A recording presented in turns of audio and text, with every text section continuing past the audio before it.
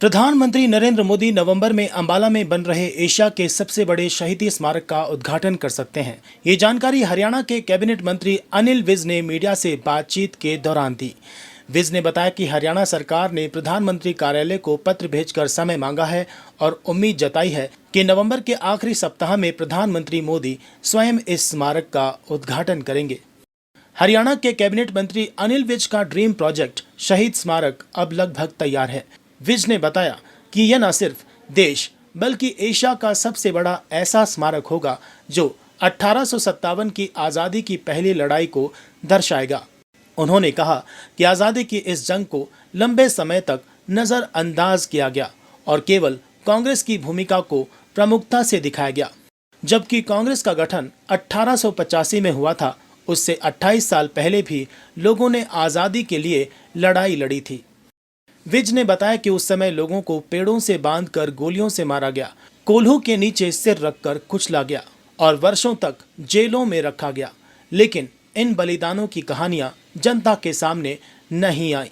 उन्होंने कहा कि इस सच्चाई को सामने लाने के लिए उन्होंने 20 से 25 साल संघर्ष किया और सरकार से अनुरोध करके ये शहीद स्मारक बनवाया।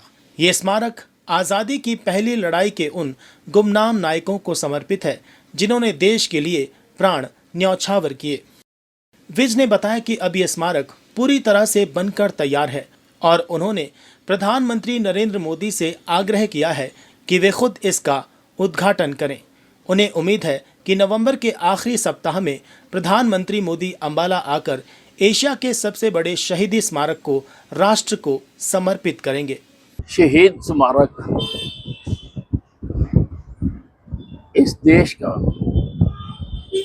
का ही नहीं, एशिया का सबसे बड़ा स्मारक और ये अपनी किस्म का हिंदुस्तान में अकेला स्मारक है जो आज़ादी की पहली लड़ाई को दिखाता है। प्रचारित तो यही किया गया कि आज़ादी की लड़ाई कांग्रेस ने लड़ी, लेकिन कांग्रेस का जन्म 1885 में हुआ था।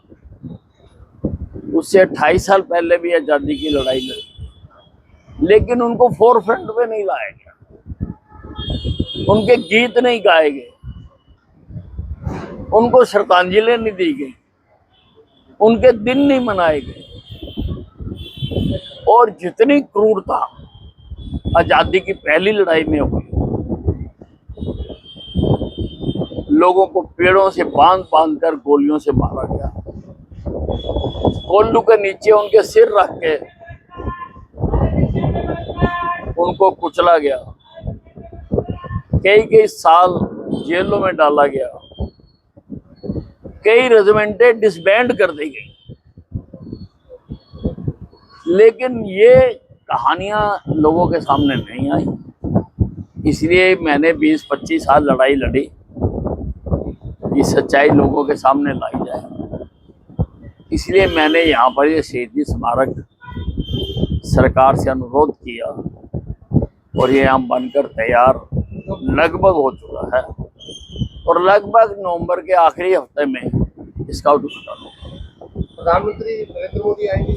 हमने प्रार्थना की है प्रधानमंत्री जी को कि ये इतना बड़ा स्मारक है, इसका उद्घाटन उनको ही करना चाहिए।